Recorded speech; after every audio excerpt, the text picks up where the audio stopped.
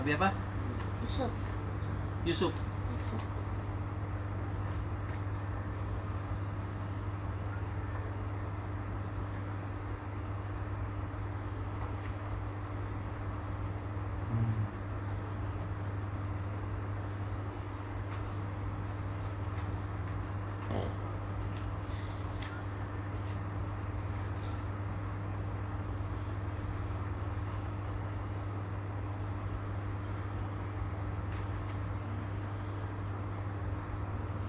Habis sebelumnya kemana apa? Nabi apa?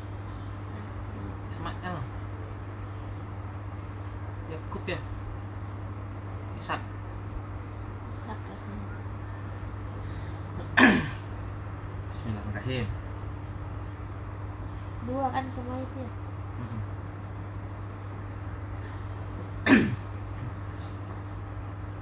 Riwayat Nabi Yusuf. Para biar soal itu. Riwayat Nabi Yusuf. 1. Yakub dan saudara kembarnya. Ada satu hal yang selalu merisaukan hati Nabi Ishak. Padahal usia sudah sangat lanjut, rambut di kepalanya sudah putih semua, kulit sudah keriput, punggungnya pun sudah bungkuk. Hal yang merisaukannya itu ialah hubungan kedua anak kembarnya, Ushu dan Yakub, yang tidak pernah rukun. Ishu, salah. Mereka tidak sebagai layaknya dua orang bersaudara. Keduanya saling tidak menaruh kasih sayang.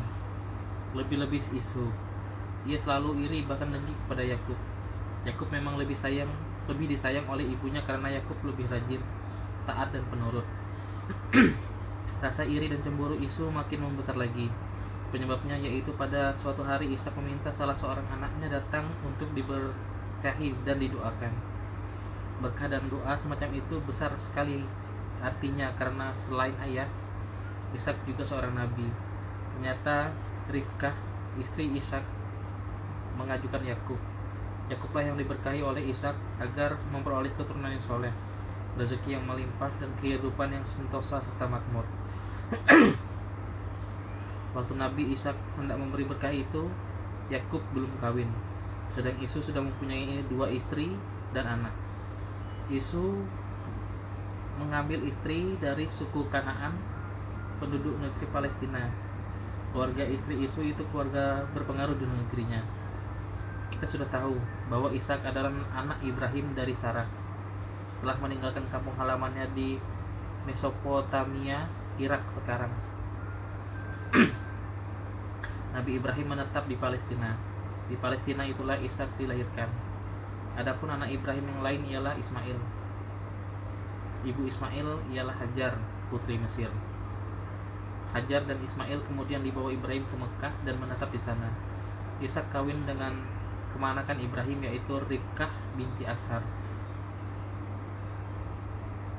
Rifkah inilah ibu Yakub dan Ishu.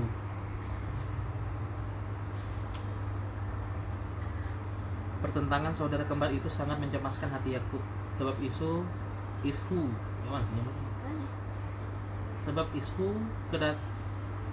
kelihatan agak beringasan. Yakub takut kalau saudara kembarnya nekat mencelakakan dirinya. Karena itu Yakub memutuskan untuk meminta pendapat ayahnya. Kepada Nabi Ishak, Yakub menceritakan semua perselisihannya kepada saudaranya. Diceritakannya bahwa Ishu selalu dengki kepadanya, lebih-lebih setelah Ishu mengetahui bahwa Yakub telah diberkahi oleh ayah mereka. Tolonglah ayah, berilah aku pikiran bagaimana cara sebaiknya menyelesaikan persoalanku dengan Ishu ini, kata Yakub dengan takzimnya di hadapan orang tuanya. Apa yang dikatakan oleh Yakub itu benar adanya. Ishak juga sudah mengetahuinya. Dia pun sudah lama memikirkannya. Bahkan perselisihan kedua anak kembarnya itulah yang selalu merisaukan hatinya. Ishak lalu meminta kepada Tuhan agar ia diberi petunjuk. Setelah tafakur agak lama, berkatalah Ishak, "Anakku Yakub, ayah sudah tua. Lihatlah seluruh badanku ini. Tak lama lagi ayah akan meninggalkan dunia fana ini. Ayah khawatir sepeninggalku nanti saudaramu Ishu akan mencelakakanmu. Ia bisa minta bantuan keluarga istrinya yang berpengaruh di negeri ini. Karena itu, ayah anjurkan kepadamu, pergilah menemui pamanmu, ia Syekh Laban bin Batwail yang tinggal di kampung Fadan Aram di negeri Irak. Syekh Laban adalah saudara ibumu. Ia orang terhormat dan berpengaruh di negeri itu. Sampaikan pesanku kepada pamanmu itu bahwa aku berharap agar salah seorang putrinya dikawinkan denganmu. Aku doakan keselamatanmu dan kebahagiaanmu. Ayah doakan agar keturunanmu anak-anak yang soleh, lebih baik dari keturunan saudaramu yang dengki itu. Berangkatlah. Kalau keadaanmu sudah baik, kembalilah ke negeri ini. Diiringi doa dan restu ayah ibunya, berangkatlah Yakub meninggalkan kampung halamannya, meninggalkan ayah dan ibu yang sangat dicintainya. Ishak dan istrinya menangis tatkala melepas Yakub di pintu rumah mereka. Berbulan-bulan Yakub dalam perjalanan, mengarungi padang pasir. Sejauh mata memandang, hanya kesepian dan kekeringan yang nampak. Yakub terus melangkahkan kakinya, sendirian melawan keganasan alam. Kebanyakan titik orangnya nih, jadi kematinya. Haus, lapar, dan letih tak terkatakan. Kakinya pecah-pecah. Pasir yang dipijak rasanya laksana bara api. Tapi Yakub terus melangkah. Ingatannya kepada doa restu ayahnya selalu memberinya semangat. Akan tetapi pada suatu hari, Yakub merasa sudah hampir tidak punya tenaga lagi untuk meneruskan perjalanan. Perbekalan sudah habis. Timbul keraguan dalam hatinya. Mampukah ia meneruskan perjalanan? Berapa jauh lagi ia harus berjalan? Di hadapannya terbentang padang pasir yang luas. Kelihatannya seperti menari-nari karena panasnya. Sekujur tubuh Yakub jadi lemas. Akhirnya ia duduk pasrah saja kepada kehendak Tuhan. Selagi duduk termenung dan memandang ke langit yang jauh, tiba-tiba matanya tertumbuk pada sebuah batu besar. Yakub melangkah ke batu besar itu, kemudian berteduh di bawahnya dari panas matahari yang memang luar biasa hari itu. Karena terasa sejuk dan nyaman, Yakub tertidur. Dalam tidurnya Tuhan menurunkan wahyu kepada Yakub dalam bentuk mimpi. Allah mengilhamkan ke lubuk hati Yakub bahwa ia akan memperoleh kebahagiaan hidup, rezeki yang melimpah, keturunan yang soleh, serta kerajaan yang besar. Terjaga dari tidur yang sejenak, Yakub merasa kekuatannya pulih kembali. Badan terasa segar. Harapan-harapan indah membentang di hadapannya, dan harapan itu rasanya dekat saja. Maka mulailah timbul semangatnya kembali. Dengan langkah yang tegap dan hati yang tetap, Yakub meneruskan perjalanannya. Akhirnya sampai jugalah Yakub ke sebuah desa bernama Sawadimah. Yakub memperoleh keterangan bahwa desa itu sudah termasuk daerah Fadan Aram. Bukan main gembiranya hati Yakub, dipercepat langkahnya. Ia ingin segera bertemu dengan pamannya, Yusuf, dan saudara-saudaranya. Syekh Laban adalah seorang ternama di Fadan Aram. Ia seorang kaya raya, mempunyai banyak ternak serta memiliki padang-padang rumput yang luas. Kebun-kebunnya pun banyak, penuh dengan aneka macam buah-buahan. Selain kaya, Syekh Laban adalah pemimpin umat yang ada di kampung itu. Tak heran, tatkala Yakub menanyakan kepada setiap orang di Fadan Aram di mana rumah pamannya, semua orang dapat menunjukkannya.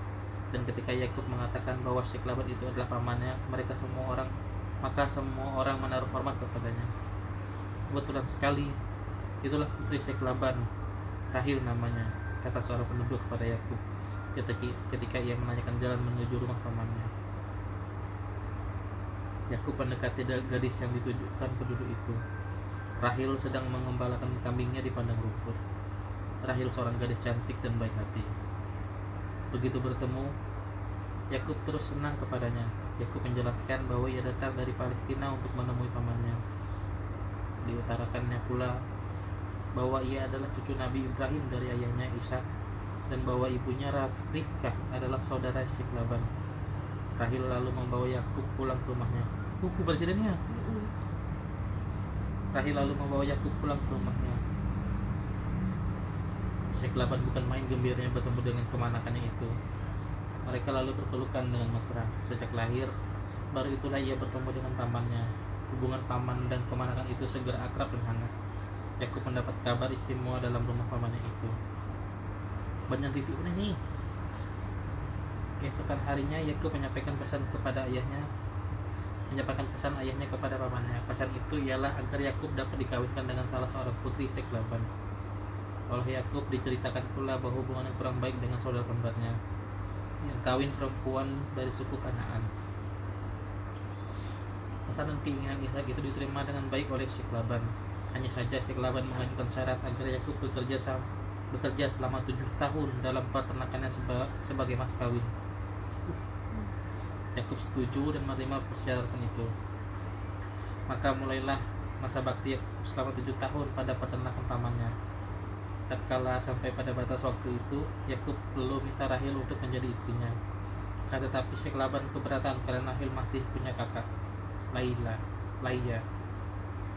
Menurut adat istiadat, hal itu tidak boleh. Syekh Laban menganjurkan agar Yakub mengambil Laia sebagai istri. Sekalipun Rahil memang lebih cantik dari Laia. Akan tetapi budi pekerti Laia baik. Sebaliknya Yakub bersikeras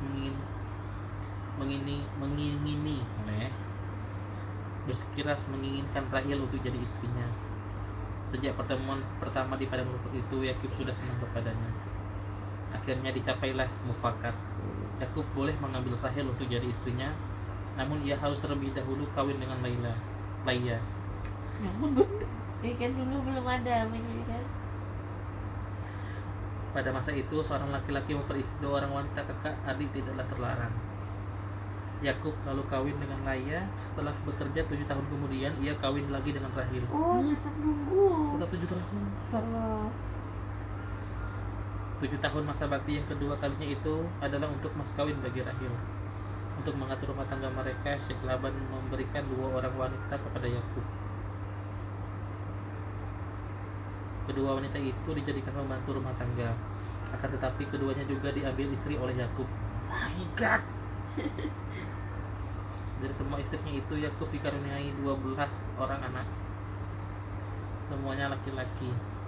Anak Yakub dari Laia 6 orang, yaitu Raubin, Syamun, Lawi, Yahuza, Yesakir, dan Zabulon. Adapun anak dari Rahil ialah Yusuf dan Bunyamin. Sedang dari 2 istri lainnya ialah Dan, Naftali, Gad, dan Asyir. Hanya Bunyamin yang lahir di Palestina. Selain itu semua anak Yakub lahir di Padan Aram. Setelah sekian lama hidup di negeri orang, Yakub lalu kembali ke kampung halamannya. Sebab begitulah ayahnya Ishak berpesan dahulu. Sayang sekali setelah melahirkan Bunyamin di kampung halaman suaminya, Rahil dipanggil Tuhan. Sepeninggal Rahil, Yakub lebih banyak memberikan perhatian kepada Yusuf dan bungsu Bunyamin, karena Yusuf dan Bunyamin sudah tidak punya ibu lagi. Perlakuan itu terus berlanjut sampai semua anak-anak Yakub itu besar. Hal demikian menimbulkan iri hati pada anak-anak yang lain. Kasih sayang Yakub itu juga karena Yusuf seorang anak yang sangat hormat pada orang tua. Tutur katanya selalu manis, suaranya enak didengar, wajah serta bentuknya tubuhnya pun sangat tampan. Itu Nabi Yusuf. Perlakuan istimewa Yakub kepada Yusuf itu lama-lama menimbulkan permusuhan dari saudara-saudaranya yang lain. Yusuf sering mereka kucilkan dan dalam pergaulan. Sementara itu Bunyamin yang masih kecil selalu dekat ayahnya saja. Yakub mengetahui bahwa Yusuf dimusuhi saudara-saudaranya yang 10 orang itu. 10 orang musuhi. iya. Ini gagah. Karena itu ia sering menasihati anak-anaknya agar saling menyayangi sesama saudara. Udah sana aku bikin jalan ya. Akan tetapi mereka hanya menurut di depan ayahnya. Pada suatu hari saudara-saudara Yusuf itu berkumpul. Mereka membicarakan hal mereka. Kemudian mereka memikirkan tindakan apa yang harus mereka lakukan untuk menghukum Yusuf dan menyadarkan ayah mereka. Kita semuanya sudah sama-sama tahu bahwa ayah kita lebih mencintai Yusuf dan Bunyamin daripada kita semuanya, kata salah seorang di antara mereka. Saya benci akan sikap ayah yang membedakan anak itu. Apakah Yusuf itu lebih mulia dari kita? Bukankah kita saudaranya yang lebih tua dan ikut membesarkan dia? Kenapa ayah seolah menumpahkan semua kasih sayangnya pada Yusuf seorang saja? Seru yang lainnya. Sama kasusnya tegaan ya. Nabi Yakub itu juga. Ya lo. Hal ini tidak boleh kita biarkan berlarut-larut. Kita harus menyingkirkan Yusuf. Kita bunuh atau kita buang ia jauh-jauh. Kalau Yusuf sudah tidak ada, tentu kasih sayang Allah akan tercurah kepada kita, kata anak Yakub yang lain bersemangat. Rasanya Yakub yang buta ya? Bapaknya buta gara-gara nangis si Yusuf hilang. Ya Yakub kan ini buta. Iya, gara-gara nangis terus. Aku lah nyebut Yusuf kan tadi. Iya. Yakub kan yang buta, Iya. bapaknya yang buta lah. Iya, bapaknya. Bujur ha? Iya, gak tuh bujur.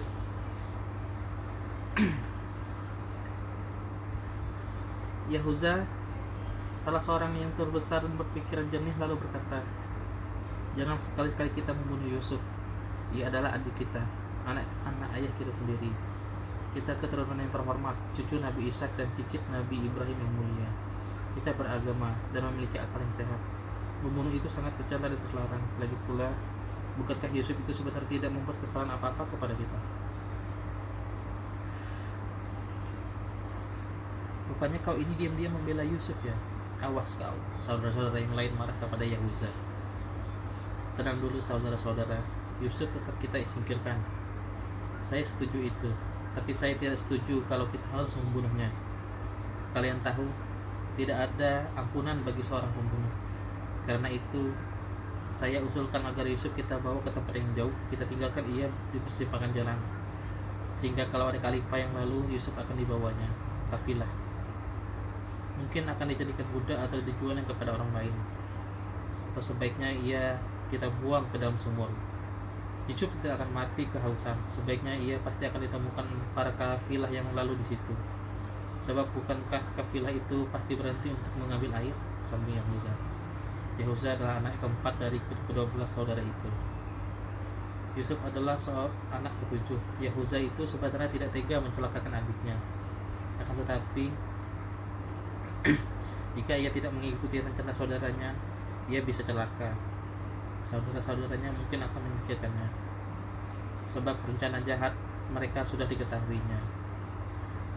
Karena itu Yahuza mengambil jalan tengah, mengikuti rencana saudaranya di satu pihak, tapi harus berusaha menyelamatkan jiwa Yusuf yang di lain dulu. Mengikuti rencana saudaranya di satu pihak, tapi harus berusaha menyelamatkan jiwa Yusuf di lain pihak. Usul Yahuza itu diterima oleh saudara-saudara yang lain. Rencana itulah yang hendak mereka jalankan.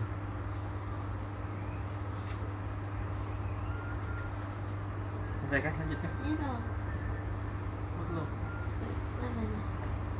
Berapa menit? 18. 5 menit lagi lah. Banyak nih. Barunya udah dibuang. Belum laginya sampai di kerajaan. 3. Makar. Tatkala saudara-saudara Yusuf merencanakan makar terhadap dirinya, Yusuf sendiri tidur lelap. Dalam tidurnya yang pulas, Tuhan memberikan alamat kepada Yusuf dalam mimpi. Yusuf bermimpi melihat 11 bintang, matahari dan bulan sujud di hadapannya. Pagi harinya Yusuf bangun dengan perasaan gembira dan bahagia. Sungguh pun ia belum mengerti sepenuhnya, tapi ia yakin bahwa mimpinya itu adalah mimpi yang baik, suatu alamat dari Yang Maha Kuasa. Yusuf segera menemui ayahnya dan menanyakan arti mimpinya itu.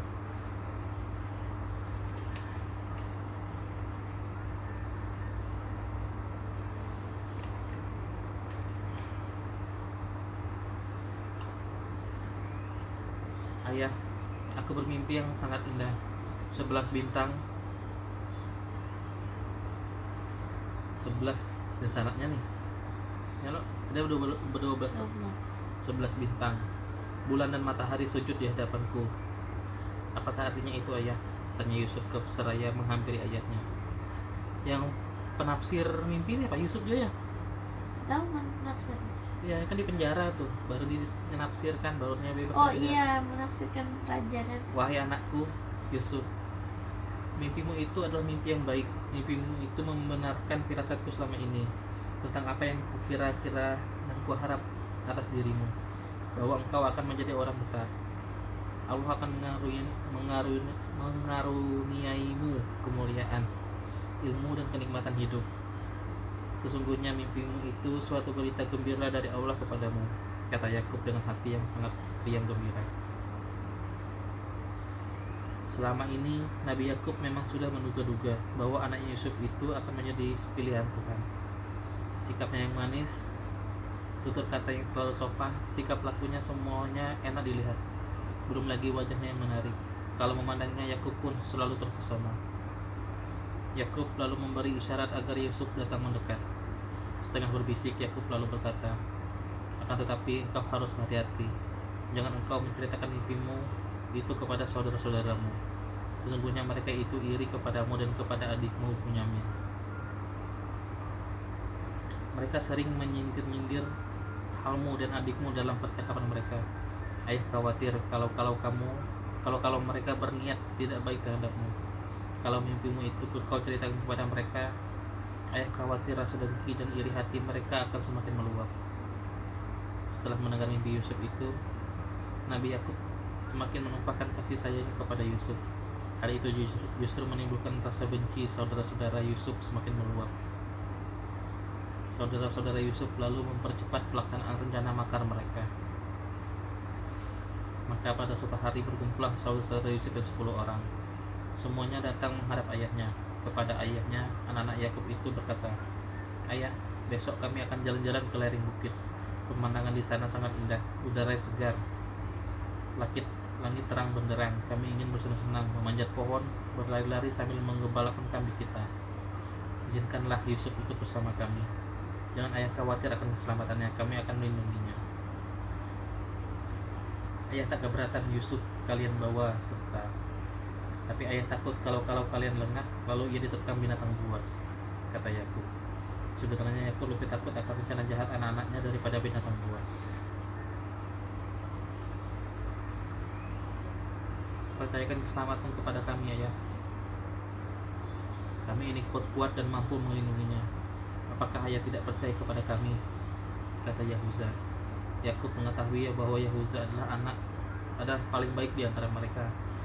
Karena terus didesak, Yakub akhirnya mengalah. Kalau begitu baiklah, bawalah adikmu Yusuf, jagalah dia baik-baik. Jangan kalian lengah. Ayah percaya pada janji kalian. Ingat, Allah mengetahui apa yang terkandung dalam hati kalian, kata Yakub memberi izin. Maka pada pagi yang cerah itu, berangkatlah Yusuf beserta ke-10 saudaranya Bunyamin yang masih kecil, tinggal di rumah bersama Yakub. Dah. Payah pulang. Oh, masih ada serunya. Namanya sinetron. Lagi pakai apa?